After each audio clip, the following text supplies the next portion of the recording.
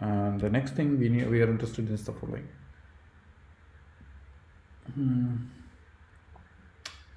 We have to see the run of so that's something. So we had these boxes in our class to understand the execution flow of the algorithm. We'll do that here. We'll try to implement that here. I mean, we won't draw the box, but we will indent at every depth or every box you call, that's going to be indented. Okay, that's how we are going to print. So I'm going to print at top of at every if the function is called, at every point I will write what is the value of n there, what is the value of x there. Okay, and the next thing we will do is and before it returns, we will also have printf saying, yeah, it's going to return whatever value it is. Okay, right. So first we will have all the printfs there, and then we will work out on how to do this indentation. Right. Okay. So first having the printfs. So what should the printf here be? So this is basically the function has been called, and the function has been called means I have to write what is the value of n. N is equal to percentage d. I didn't put the quotes there. Percentage d comma n. Right. Next line I should have index slash n, x is equal to percentage d comma x. Okay, so I have both n and x value printed. Next,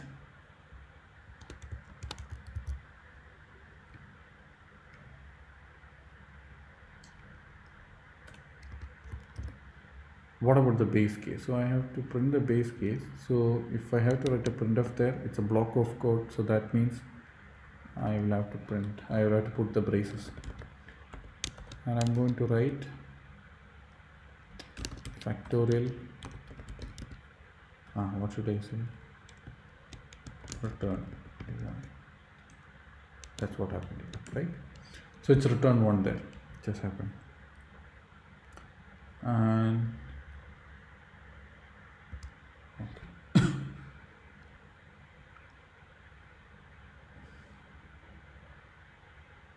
Okay, and here I will have a printf saying, okay, going to, let's say, call our function, going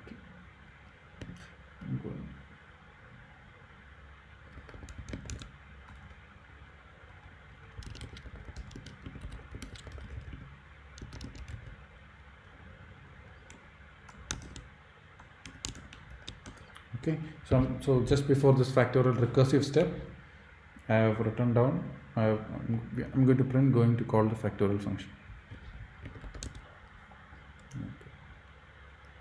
Now, what is the next thing? And after that, I'm going to come back and I'm going to write the x value. X is equal to percentage d, because now it's come back from the, I'll write that also. Returned from recursive step.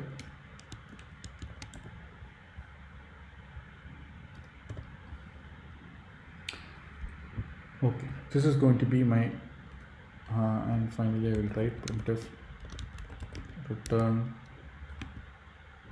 percentage d comma into x. Okay, so this is what we will print. Is it clear? Yeah. Now to do that, so now let's just one more slash in here, and that's it. Let me call this thing.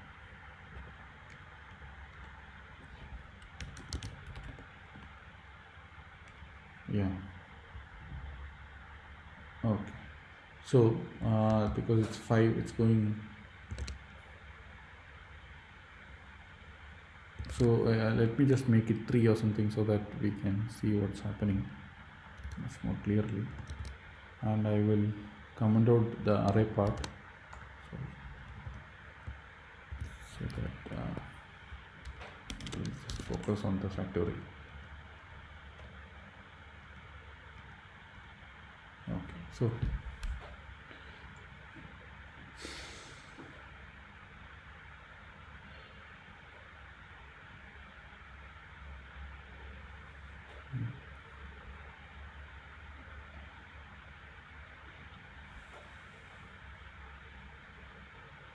okay, just 1 second.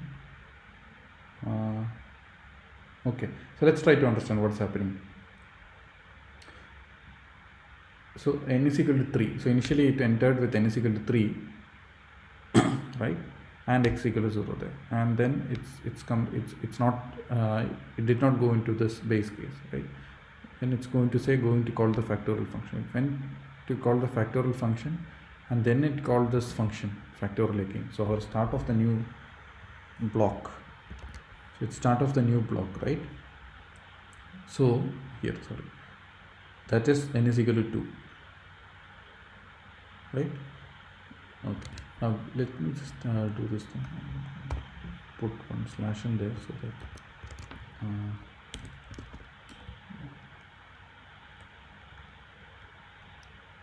yeah, now it's clear. Okay, now so first n is equal to 3, it comes here, it goes here, no, it's not the base case, it comes here, going to call the factorial function, and then it calls the factorial n minus 1, right? That's the inductive step. So therefore there has to be a box which is starting from n is equal to 2 and coming down, right? From here there's a box, it's coming down. So this is the box. Now so probably the box ends here. Now no, the box ends a little lower down. Let's see. So n is equal to 2, x equal to 0, and then it's going to call the factorial function. So n is equal to 2, it comes here, no, this does not get called again, then again it's going to call the factorial function, right?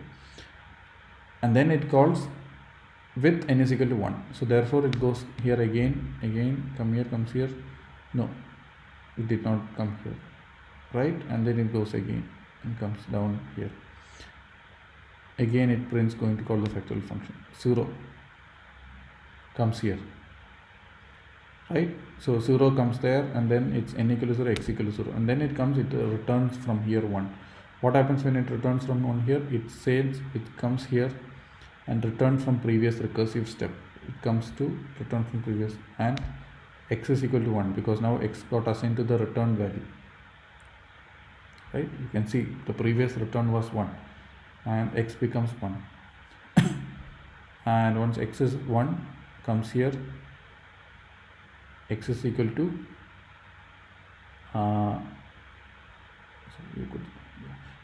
so return from recursive step, x becomes 1, and then it's going to return n into 1, that is 2. Okay, so that's here, return 2. Okay, now it goes back again, so x becomes 2, and it is actually returned 6, and then followed by 3 factorial is equal to 6.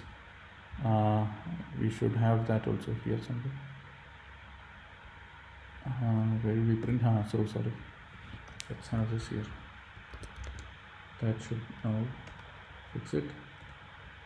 Yeah, so finally it's returned 6, and then 3 factorial is equal to 6. Okay, I think without indentation it's slightly difficult to understand what is happening. So let's do the indentation thing. That's the style I like to use, so that if I get confused with how the code works, I do this indentation style to see how the code it proceeds further. Now something you should also try to do. So there are 2 ways I can implement this indentation, and I'm going to show both the ways. Okay. Now what is it I'm going to do? At every step, every box call I go inside, so every recursive step I go inside, every printf is going to shift by 1 more tab. Okay, if the first tab, so initially there is no tab, right? the next recursive step, the tab gets pushed. There is one tab. Next, the tab gets pushed again. Gets pushed again and again. Okay, so there is a tab keeping on going. Is that clear? Okay, now um, basically we want to implement that, right? So now how am I going to implement the tab? There are two ways. One is this: how much depth am I in, right? How much tab should I put? So that value I can, so that I store it in some integer value, right? So I am going to store it in some, so two ways I can store. One is it using an external variable, a global variable which is outside this function, or the second way is to pass that value also into this function and then use that. So we'll try both the ways. First, what do we try? First, let's have it in the global way, and I'm going to have int tab is equal to 0 in the beginning, right? Initially you want it to be 0, and then it comes here. Okay, so now to print the tab thing, what I'm going to do is that I'm going to write a function which basically prints to that function we just have to pass the string and it will do the needful. Is it clear? It will print the tab and come back. Okay.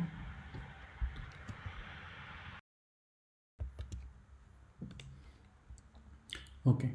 So initially I set the tab to be 0, and I'm going to write a function which basically prints the tab. Print tab, let's call it. Okay, I call that function. It will just print how many tabs are required. So that's going to be basically int I is equal to 0. I'm going to do a for loop from I is equal to 0, I less than tab, I plus plus, and okay, basically print tab. I'll have a print slash in also. Okay, so it's just it prints some tabs. That's it. The number of tabs is basically proportional to the value of tab there. So this tab, so note that this tab value is going to be this, right? It will take the external tab value and use that. Is that clear? Okay. Now, okay, so what I will do is that every time I am going to print something, I'm going to call that tab function so that it puts the required tab. So I'm going to call print tab and then printf, right? So before every print, we'll just call that so that the required tab is put there.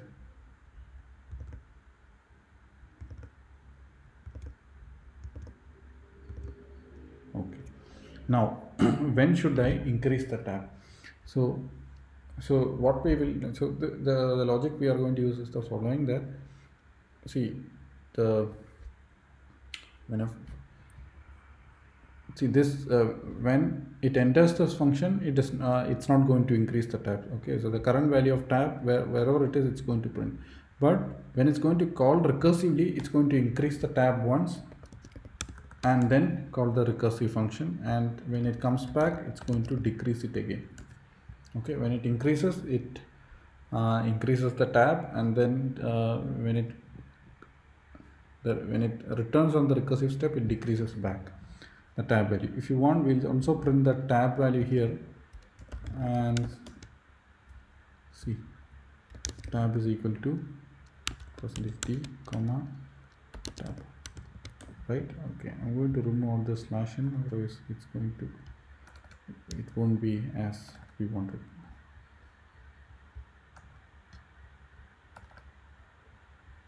And the output will all be garbled up, because after some tab it's going to end, go to the next line. Okay, so it's clear, right? So now I'm going to just run this.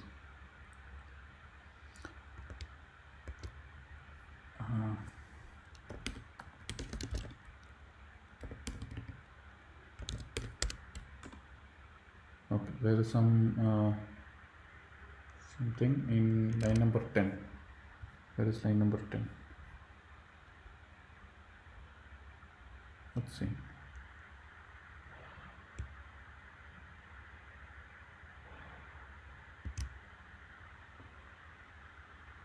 So this has to be a void function, otherwise I have to return something. That's the warning which is coming. Okay, dot slash error out. So can you see what we will do is the following? Okay, I can just expand this thing, right.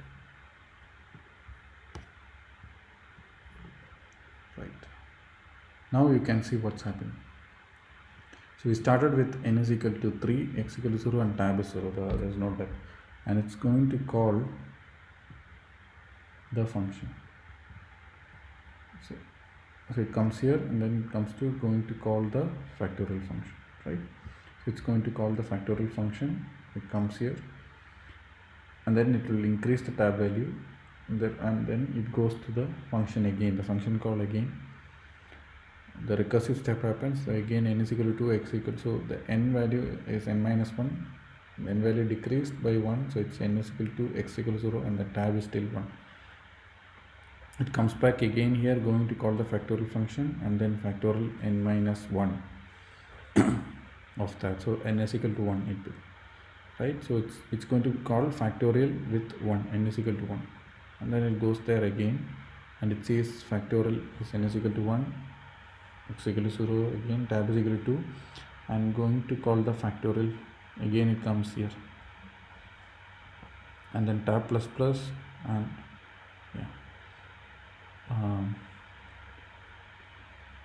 tab plus plus, and then so tab is right now 2, and then one more recursive step with n minus 1, 1 minus 1, 0, right? So that is n is equal to 0 and tab becomes 3, and in that case it will, this is basically the base case, right?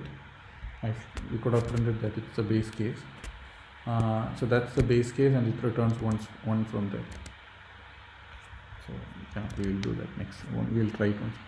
It returns 1 from there, and then where does it reach? It returns 1 and it reaches tab minus minus, and then it returned from recursive step. That's what is printed here.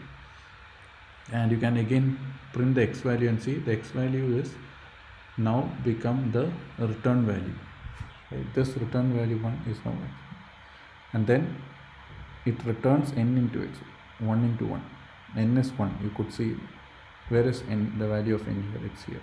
This is one block, right? So value of n is 1, so return n into x, 1 into 1 is 1.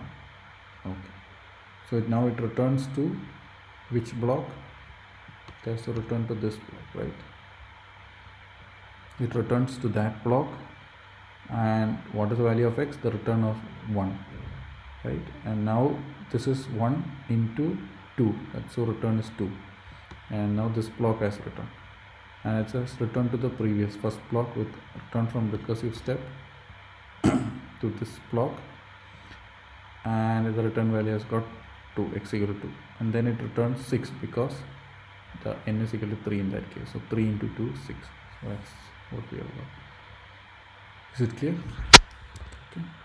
We can do this following. I will not print the x equal to 0 and the tab in the beginning, it's unnecessary, but I can also print here base case, so it's returning from the base case, right?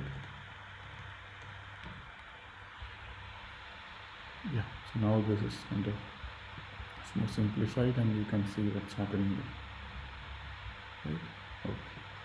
Okay, so this is the what we have. I also have one more slash in here to separate it from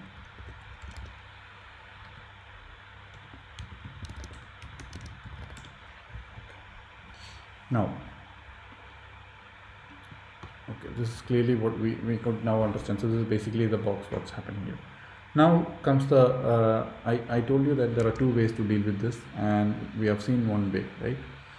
We'll try the other way now. The other way is there's no external variable. Okay, I'm going to pass this tab also into this function, the tab value. Okay, so this is not going to be any increment or decrement there, but I'll just call this value here tab minus. Okay, so I decrement the tab and pass it to the function again. I will also print the tab value for you to see. And initially when I call this function, we are going to call this function with tab value to be 0. Okay, so I set the tab value to be 0 and I call this function. Now let's see how it works.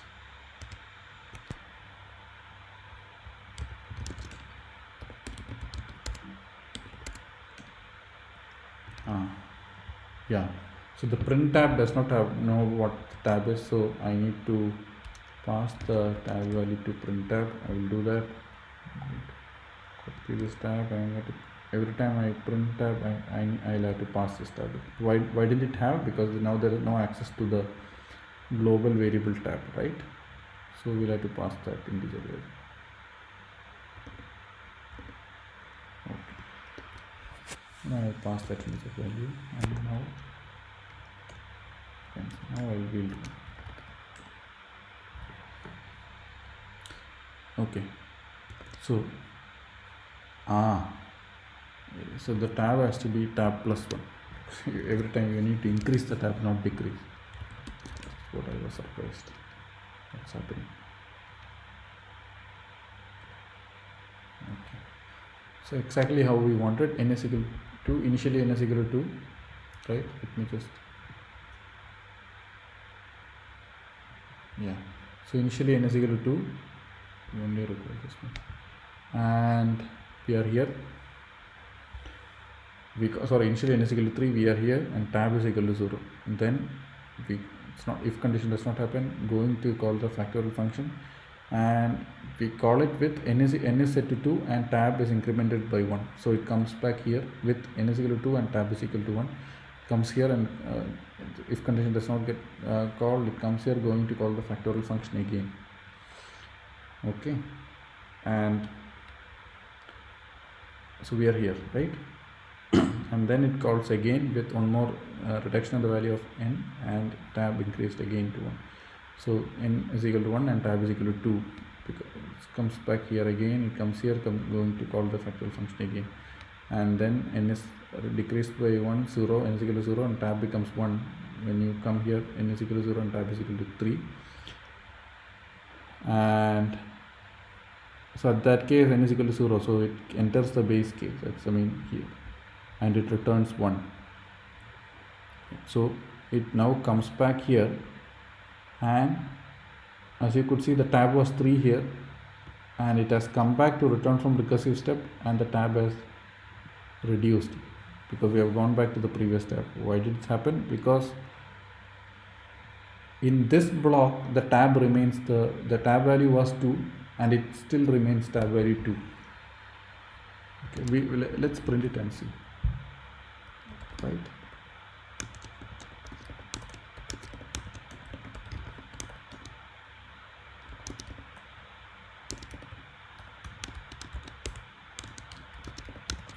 Okay, so the tab value hasn't changed because we are only passing the tab value to the next to the recursive function, and there the tab value in that block, it has now increased, but not in the previous block. Okay, so that's one understanding you have to get. And going to call the factorial function n is equal to 2, right? So return case 1, and then return from previous step. So it's returned from the recursive step. What happened to the tab? Didn't we compile? Probably we didn't compile, is it?